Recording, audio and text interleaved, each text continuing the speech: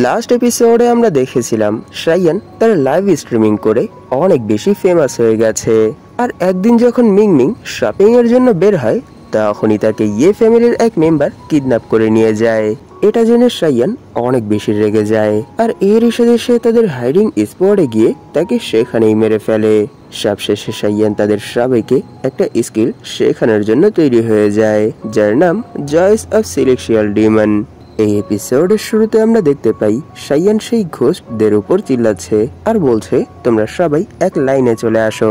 তখনই তাদের মধ্যে একজন বলে, আজ আমি মাস্টার শাইয়ানের খেদমত করব। এটা শুনে পাশ থেকে আরেকজন বলে, না না, আজ আমি ওনার খেদমত করব। এইসব বলতে বলতেই তারা সেখানে একে অপরের সাথে লড়াই শুরু করে দেয়। কিন্তু আমরা দেখতে পারি সব সময়ের মতো মিংমিং আজও শাইয়ানের সেবা যত্ন করছে আর এরই সাথে সেই তার সব কাজ করে দিচ্ছে। আর সেখানে শাইয়ান রিল্যাক্স করতে করতে গেম খেলছিল আর এরই সাথে সেই গেমের উপরে চিল্লাতে শুরু করে।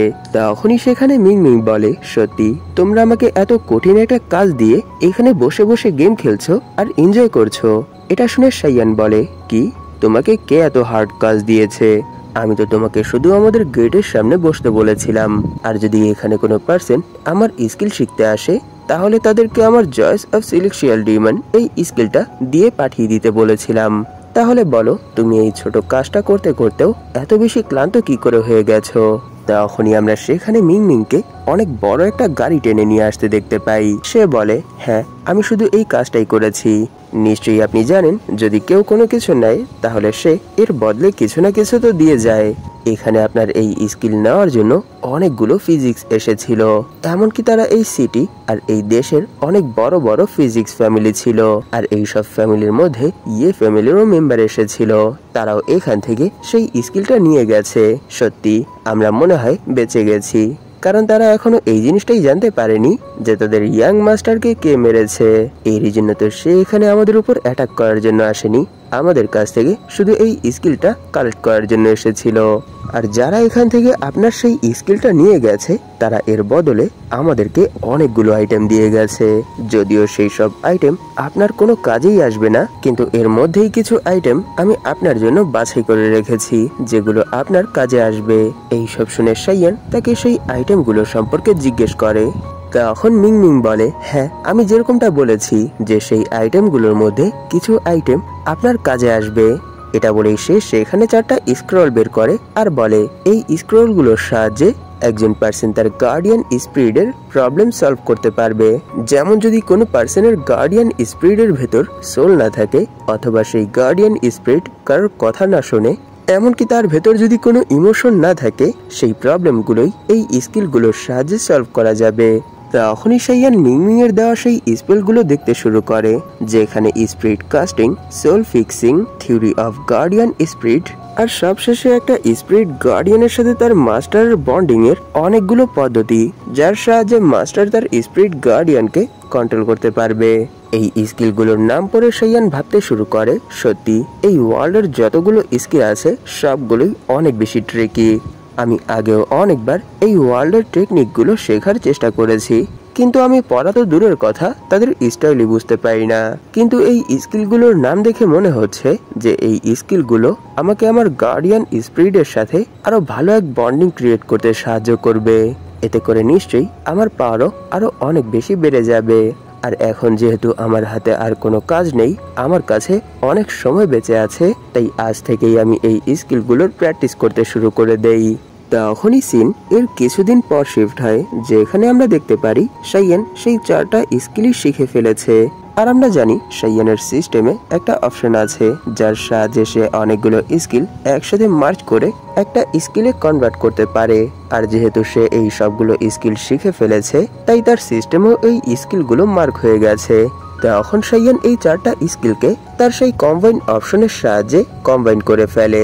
এতে করে একটা নতুন স্কিল ক্রিয়েট হয়ে যায়, কিন্তু এটা তার জন্য তেমন কোনো কাজেরই ছিল না, এটা একেবারেই নর্মাল ছিল।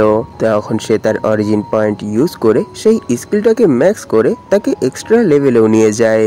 তখন সে জানতে পারে এই স্কিলের সাহায্যে এখন তার গার্ডিয়ান স্পিরিট আর তার মধ্যে বন্ড অনেক বেশি ভালো হয়ে যাবে। এছাড়া এই স্কিল আর কোনো কাজই করবে না। আর এইসব দেখে সাইয়ানও সেখানে অনেক বেশি ডিসঅ্যাপয়েন্ট হয়ে যায়, কারণ আগে শুধু তার গার্ডিয়ান স্পিরিট মরার মতো তার আশেপাশে বসে থাকতো অথবা ঘোরাঘুরি করত, কিন্তু এখন সে নিজ ইচ্ছায় একটু আদ্রু এদিক ওদিক ঘোরাঘুরি করতে পারে। আর আগে সে তার কাঁধে বসে থাকতো, এখন সে তার মাথায় বসে থাকে। তখন সাইয়ান বলে, সত্যি আমি এর পেছনে শুধুই অনেক সময় নষ্ট করে ফেলেছি। আর সে এই সব কিছুই তার ঘরে শুয়ে শুয়ে চেক করছিল। তখনই সাইয়ানের রুমে কিউনার আর মিং চলে আসে। সেখানে কিউনার বলে, মাস্টার দ্রুত আপনি ফ্রেশ হয়ে নিন, কারণ খাবার তৈরি হয়ে গেছে।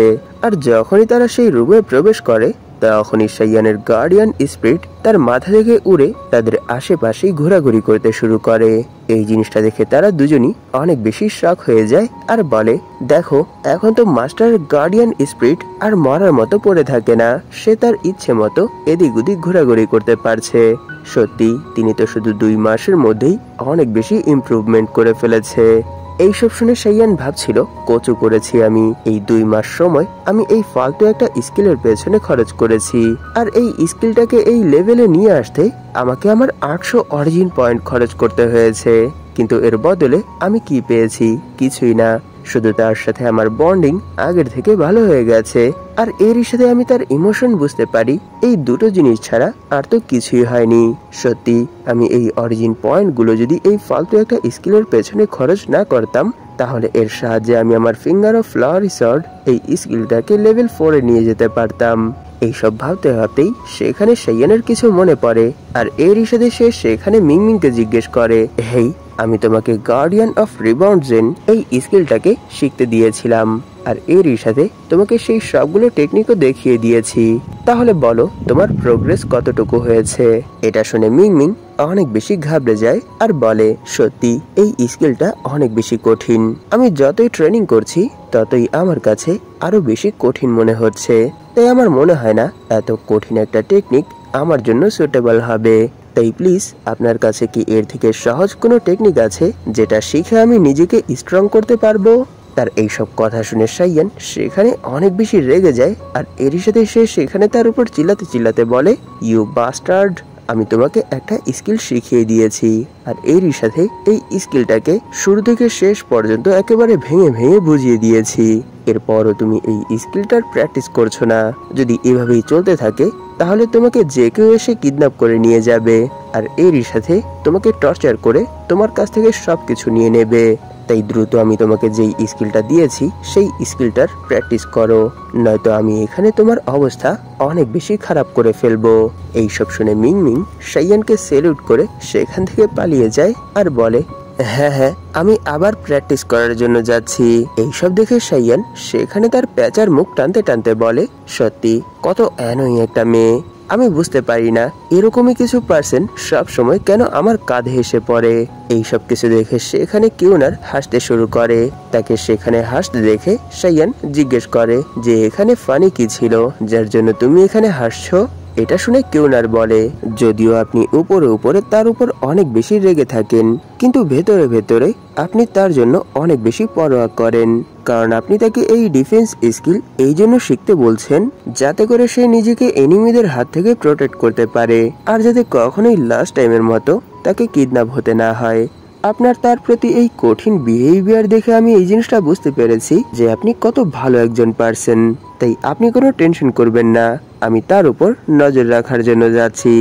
আর যদি সে ভালোভাবে প্র্যাকটিস না করে তাহলে আমি তাকে ভয় দেখাবো।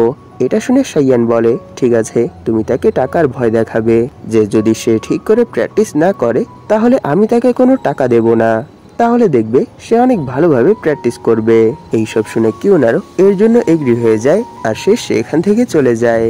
তখন সাইয়ান ভাবতে শুরু করে, সত্যি আমি কিউনারের উপর অনেক বেশি ডিপেন্ড হয়ে গেছি, কারণ সে আমার সব কাজ অনেক ভালোভাবেই করে দেয়, আর এরই সাথে আমি কি করতে চাই অথবা আমি কি ভাবছি সেই সম্পর্কেও ভালোভাবে বুঝতে পারে। আমি জানি না আমি যখন আমার রিয়েল ওয়ার্ল্ডে যাব তখন আমার কি হবে। যদিও সেখানে আমার একটা সার্ভেন্ট আছে, কিন্তু সে আমার কোনো কথাই শোনে না আর আমাকে একটুও রেসপেক্ট করে না, সে শুধু কিউনারকেই রেসপেক্ট করে। তাই এইবার যখন আমি আবার রিয়েল ওয়ার্ল্ডে ফিরে যাব তখন আমি তার সাথে এরকম কিছু করব যাতে করে সে আমাকেও রেসপেক্ট করতে শুরু করে দেয়। তখনই সে দেখতে পায় এই সময় তার সিস্টেমে 1050-এরও বেশি অরিজিন পয়েন্ট আছে।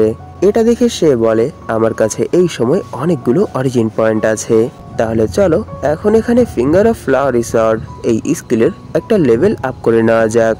এটা বলেই সে যখন finger of flowery sword update করার ট্রাই করে, তখনই তার সামনে নোটিফিকেশন আসে যে আপনার কাছে পর্যাপ্ত পরিমাণে অরিজিন পয়েন্ট নেই, তাই আপনি এই স্কিলটাকে আপডেট করতে পারবেন না। এটা দেখে সে সেখানে একটু ডিসঅ্যাপয়েন্ট হয়ে যায়, কিন্তু সে সেখানে নিজেকে ঠান্ডা করে বলে, কোনো সমস্যা নেই, নিশ্চয়ই এই অরিজিন পয়েন্ট ইউজ করে আমি আমার ফিঙ্গার অফ নির্বাণাকে আপডেট করতে পারবো। এটা বলেই সে যখন ফিঙ্গার অফ নির্বাণা আপডেট করার ট্রাই করে, তখন আবার তার সিস্টেমে একই নোটিফিকেশন আসে যে আপনার কাছে পর্যাপ্ত পরিমাণে অরিজিন পয়েন্ট নেই, যার জন্য আপনি এই স্কিলটাকে আপডেট করতে পারবেন না। এটা দেখে সে সেখানে অনেক বেশি শক হয়ে যায়, আর এরই সাথে অনেক বেশি রেগে বলতে শুরু করে, কি 1000 অরিজিন পয়েন্ট, এটা কি কম নাকি? এরপরও আমি এই স্কিলগুলোকে নেক্সট লেভেলে নিয়ে যেতে পারছি না। আর এখানে ফিঙ্গার অফ নির্বাণাকে আপডেট করার জন্য একটা স্পেশাল কন্ডিশন ফুলফিল করতে হবে, কিন্তু সেই কন্ডিশনটা কি এই সম্পর্কে তো সিস্টেম আমাকে কিছুই বলেনি। তাহলে আমি এখন এই জিনিসটা কি করে বুঝবো যে আমাকে কোন কন্ডিশন ফুলফিল করতে হবে যার সাহায্যে আমি এই স্কিলটাকে লেভেল আপ করতে পারবো? কোনো সমস্যা নেই, আমার মনে হয় আমাকে আরো অনেকগুলো অরিজিন পয়েন্ট কালেক্ট করতে হবে যাতে করে আমি এই স্কিলগুলোর রিকোয়ারমেন্ট পূরণ করতে পারবো। এইসব ভেবেই সে আকাশের দিকে তাকিয়ে বলে, প্যানগুইদা ঘোস্ট আমাকে 3 মাসের যেই সময়টা দিয়েছিল সেই সময় প্রায় শেষ হয়ে গেছে, আর এটাই প্রথমবার যখন আমার রিয়েল ওয়ার্ল্ড ছেড়ে অন্য কোনো ওয়ার্ল্ডে আমার মন বসে পড়েছে। এই ওয়ার্ল্ড থেকে আমার যেতে ইচ্ছে করছে না, কিন্তু কি করব, যেতে তো হবেই, কারণ এই ওয়ার্ল্ডে শুধু আমি একটা মিশন কমপ্লিটের জন্য এসেছিলাম, আর এই মিশন কমপ্লিট হলেই এই ওয়ার্ল্ড থেকে আমি আমার রিয়েল ওয়ার্ল্ডে চলে যাব।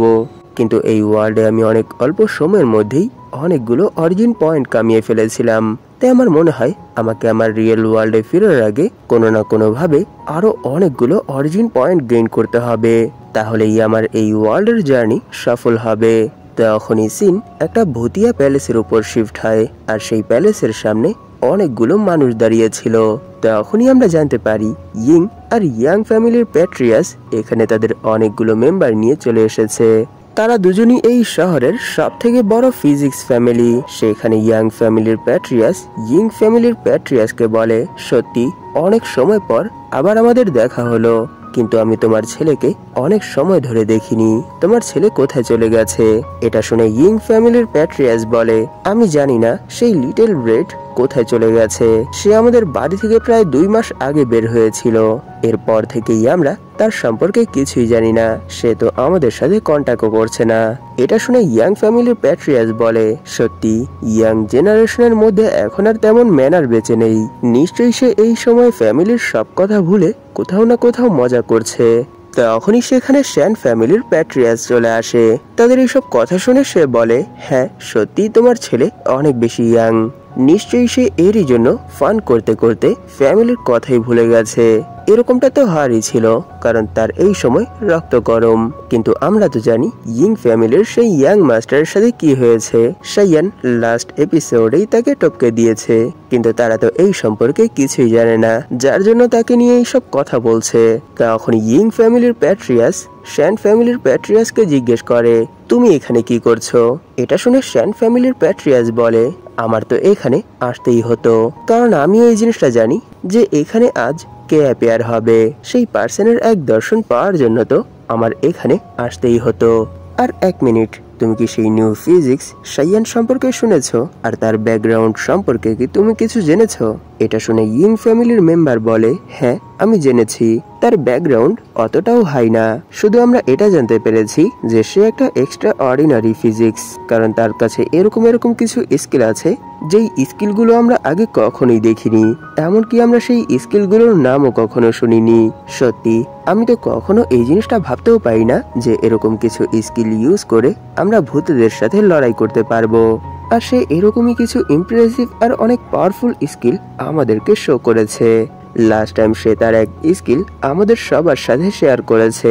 আমার কাছেও সেই স্কিলটা আছে, সেই স্কিলটা আমিও শিখেছি। এমনকি আমি আমার ক্ল্যানের যতগুলো মেম্বার আছে তাদের সবাইকে শিখিয়ে দিয়েছি। সত্যি সেটাও অনেক অ্যামেজিং একটা স্কিল, সেটা কোনো ফেক স্কিল ছিল না। কারণ যখন আমি সেই স্কিলের প্র্যাকটিস করেছি তখনই আমি আমার বডির ভেতর অনেক বড় একটা চেঞ্জ দেখতে পেরেছি। কিন্তু সেই স্কিল শেখার পর আমাদের ভেতর তেমন কোনো পাওয়ার চলে আসেনি যেই পাওয়ারগুলো তার কাছে আছে। এর মানে সে এখনো সেই হাই লেভেলের স্কিলগুলো নিজের কাছেই লুকিয়ে রেখেছে, কারোর সাথে শেয়ার করেনি।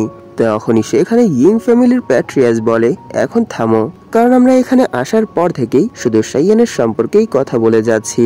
তুমি কি জানো না আজ এখানে যেই পার্সন অ্যাপিয়ার হবে তার সাথে সাইয়ানের দুশ্মনী আছে? কারণ তিনি এটা ওয়াদা করেছিল যে ওনাকে যেই 4 ফ্যামিলির মেম্বাররা ধোকা দিয়েছে তাদের সবার ইয়াং জেনারেশনকে শেষ করে দেবে। তিনি অলরেডি তাদের 3 ফ্যামিলির নিউ জেনারেশনের মেম্বারদেরকে মেরে ফেলেছে। এখন শুধু সাইয়ানি বাকি, তাই নিশ্চয়ই সে এখানে আসার পর সর্বপ্রথম তাকেই মারবে। তাই আমার মনে হয় এখন থেকেই আমাদের তার নাম নেওয়াটা বন্ধ করে দেওয়া দরকার। কারণ যদি তিনি আমাদের মুখ থেকে তার নাম শুনে তাহলে নিশ্চয়ই তিনি আমাদের উপর রেগে যাবে। তাদের কথায় আমরা এই জিনিসটা জানতে পারি যে প্যানগুই দ্য ঘোস্ট সাইয়ানকে যেই 3 মাসের সময় দিয়ে ওয়ার্নিং দিয়ে চলে গিয়েছিল যে 3 মাস পর আমি আমার পাওয়ার রিকভার করে তোকে শেষ করার জন্য আসব, সেই 3 মাস আজ পূরণ হয়েছে। আর আজই সে তার ফুল পাওয়ার রিকভার করে ফিরে আসবে। আর এই কাজে এই ফিজিক্স ফ্যামিলির মেম্বাররাই তাকে সাহায্য করেছে, কারণ তারা তাকে আবার রিভাইভ করার জন্য অনেকগুলো ব্লাড স্যাক্রিফাইস দিয়েছে, যার জন্য সে 1000 বছর পর আবার এই ওয়ার্ল্ডে ফিরে আসতে পেরেছে। তখনই হঠাৎ করে সেখানে অনেক বেশি বাতাস বইতে শুরু করে। আর এর পরের মোমেন্টেই আমরা সেখানে 4টা ঘোস্ট দেখতে পাই যারা একটা কফিন বহন করে এই বাড়ির দিকে আসছে। এই জিনিসটা দেখে তারা সবাই অনেক বেশি শক হয়ে যায়, কারণ সেই ঘোস্টগুলো সেই কফিন নিয়ে তাদের সামনে দিয়েই সেই বাড়ির ভেতর প্রবেশ করেছে। আর যখন তারা সেই বাড়ির ভেতর চলে আসে তখনই সেখানে সেই ঘোস্টগুলো আস্তে আস্তে করে সেই কফিনের উপরের ঢাকনা খোলে। এরই সাথে আমরা লিনফ্যাং নামক সেই পার্সনের ডেড বডি এই কফিনের ভেতর দেখতে পাই। আর এর পরের মোমেন্টেই আমরা দেখতে পাই তার বডির ভেতর ধীরে ধীরে এনার্জি গ্যাদার হচ্ছে। আর এরই সাথে সে ধীরে ধীরেই সেই কফিনের ভেতর থেকে বের হয়ে আসছে। আর এর কিছুক্ষণের মধ্যেই আমরা দেখতে পারি সে পুরোপুরি তাদের সামনে চলে এসেছে। ঘোস্ট কিংকে নিজের সামনে দেখে তারা সবাই তাকে রেসপেক্ট শো করে আর বলে, ঘোস্ট কিং, আবার এই ওয়ার্ল্ডে আপনার জয় হোক। এটা শুনে ঘোস্ট কিং বলে, হ্যাঁ, আমি এই জিনিসটা দেখতে পাচ্ছি যে এত 1000 বছর পর এই ওয়ার্ল্ডে আসার পরও তোমরা এখানে আমাকে রেসপেক্ট শো করার জন্য এসেছো। আমি এই জিনিসটা দেখে অনেক খুশি হয়েছি। তাহলে বলো, এই 1000 বছর যখন আমি এই ওয়ার্ল্ডে ছিলাম না তখন এই ওয়ার্ল্ডে কি কি হয়েছে? এটা শুনে সেখানে ইয়ং ফ্যামিলির প্যাট্রিয়াস বলে, এই 1000 বছরে এই ওয়ার্ল্ডের মধ্যে অনেক কিছুই হয়েছে। আর এত লম্বা সময়ে এই ওয়ার্ল্ডের মধ্যে অনেকগুলো ফিজিক্স ফ্যামিলিও তৈরি হয়েছে। আর এই সবগুলো ফিজিক্স ফ্যামিলির মধ্যে আমরা এই 3 ফ্যামিলি সব থেকে বড় ফিজিক্স ফ্যামিলি। আমরাই এই ওয়ার্ল্ডের যতগুলো ফিজিক্স ফ্যামিলি আছে তাদের সবাইকেই কন্ট্রোল করি আর তাদের উপর ডমিনেট করি। আর এখন যেহেতু ফাইনালি আপনি আপনার আসল পাওয়ারে এই ওয়ার্ল্ডে চলে এসেছেন, তাই এখন আমরাও আপনার সাথে মিলে এই ওয়ার্ল্ড জয় করতে আপনাকে সাহায্য করব। এইসব শুনে ঘোস্ট কিং বলে, হ্যাঁ, যেহেতু আমি এখন এই ওয়ার্ল্ডে আমার রিয়েল অ্যাপিয়ারেন্সে চলে এসেছি, তাই এখন এই ওয়ার্ল্ডের মধ্যে শুধু ডিস্ট্রাকশন আর ডিস্ট্রাকশন হবে। কিন্তু আমার 1000 বছর আগে যেই সার্ভেন্ট গুলো ছিল তারা আমাকে সেই সময় ধোকা দিয়ে মেরে ফেলেছিল। কিন্তু তোমাদের পূর্বপুরুষদের সাথে আমার তেমন কোনো সম্পর্ক ছিল না। এরপরও তোমরা আমার জন্য এত কিছু করেছো। এরই জন্য আমি এখানে তোমাদেরকে একটা উপহার দিতে চাই। এটা বলেই সে সেখানে তার ম্যাজিক পাওয়ারের সাহায্যে ক্যান্ডেল ক্রিয়েট করে। আর সেই একই ক্যান্ডেল তাদের সবার মাথার উপর চলে আসে। তখন ঘোস্ট কিং বলে, এটা একটা ইয়ং ক্যান্ডেল। এই ক্যান্ডেল যত সময় পর্যন্ত তোমাদের মাথার উপর থাকবে তত সময় যদি তোমরা আমার সামনে মাথা ঝুঁকিয়ে আমার নাম জোরে জোরে জপতে থাকো, তাহলে ধীরে ধীরে তোমাদের বডির ভেতর অনেক অ্যামেজিং সাইকিক অ্যাবিলিটি আসতে শুরু করবে। আর এরই সাথে তোমরা ধীরে ধীরে অনেক বেশি পাওয়ারফুল হয়ে যাবে। তাই তোমরা সবাই আমার সামনে ঝুঁকো আর এরই সাথে আমার নাম জপো। এইসব শুনে তারাও সেখানে জোরে জোরে মাস্টার লিনফ্যাং বলে চিল্লাতে শুরু করে। আর এরই সাথে তারা সেখানে সেই ঘোস্ট কিংকে তাদের উপর এই কাইন্ডনেসের জন্য ধন্যবাদ জানাতে শুরু করে। আপনাদের কি মনে হয়, সে কি এখানে তাদেরকে কোনো সাইকিক পাওয়ার দিচ্ছে নাকি তাদের পাওয়ার অ্যাবজর্ব করছে? তখনই সেই ঘোস্ট কিং বলে, 1000 বছর আগে যখন আমাকে তারা ধোঁকা দিয়ে মেরে ফেলেছিল, তখন থেকে আমি প্রতি 100 বছর পর পর একটা একটা করে আমার ঘরের সেই কুয়ার ভেতর যেই ফরমেশন আছে সেই ফরমেশনের সাহায্যে ঘোস্ট জেনারেলদেরকে পাঠাতাম। আর এই 1000 বছরে নিশ্চয়ই অনেকগুলো ঘোস্ট জেনারেল জমা হয়ে গেছে। তাই এখন যদি আমি সেই সবগুলো ঘোস্ট জেনারেল আর তোমাদের পাওয়ার একসাথে ইউজ করি, তাহলে আমাকে এই ওয়ার্ল্ডের মধ্যে আর কেউ বাধা দিতে পারবে না। সবাইকে আমার সামনে আবার মাথা ঝোঁকাতেই হবে। এইসব বলেই সে সেখানে তার সেই ঘোস্ট জেনারেলদেরকে সামন করে, কিন্তু এতে কোনো ফায়দা হয় না। সেখানে কোনো ঘোস্ট জেনারেলই আসে না। এই জিনিসটা দেখে ঘোস্ট কিং সেখানে অনেক বেশি শক হয়ে যায়। এরই জন্য সে এক এক করে সেই ঘোস্ট জেনারেলদের নাম ধরে তাদেরকে সামন করার চেষ্টা করে, কিন্তু তাদের মধ্যে কেউ তার সামনে সামন হয় না। আর সে যখন তার লাস্ট ঘোস্ট জেনারেলকে এখানে সামন করে, তখন সে সেখানে চলে আসে আর এরই সাথে বলে, ঘোস্ট কিং, আপনার সামনে এই সময় 10th ঘোস্ট জেনারেল উপস্থিত আছে। বলুন আপনার অর্ডার কি? আমি আপনার সব অর্ডার ফলো করার জন্য এখানে চলে এসেছি। এতটুকু বলতেই সেখানে তার বডি ব্লাস্ট হয়ে যায়, যার জন্য তার খোপড়ি উড়ে সরাসরি সেই ঘোস্ট কিং এর সামনে চলে আসে। এই জিনিসটা দেখে ঘোস্ট কিং সেখানে প্রথমত অনেক বেশি রেগে যায়, আর এই সাথে সে সেখানে শক হয়ে ভাবতে শুরু করে, এটা কি করে হতে পারে? আমি এই পর্যন্ত যতগুলো ঘোস্ট জেনারেলকে ডেকেছি তাদের মধ্যে কেউ আসেনি, আর সবশেষে আমি যেই ঘোস্ট জেনারেলকে সেখানে পাঠিয়েছিলাম সেই ঘোস্ট জেনারেল আমার সামনে অ্যাপিয়ার হয়েছে। আর অ্যাপিয়ার হতেই সে এখানেই মরে গেছে।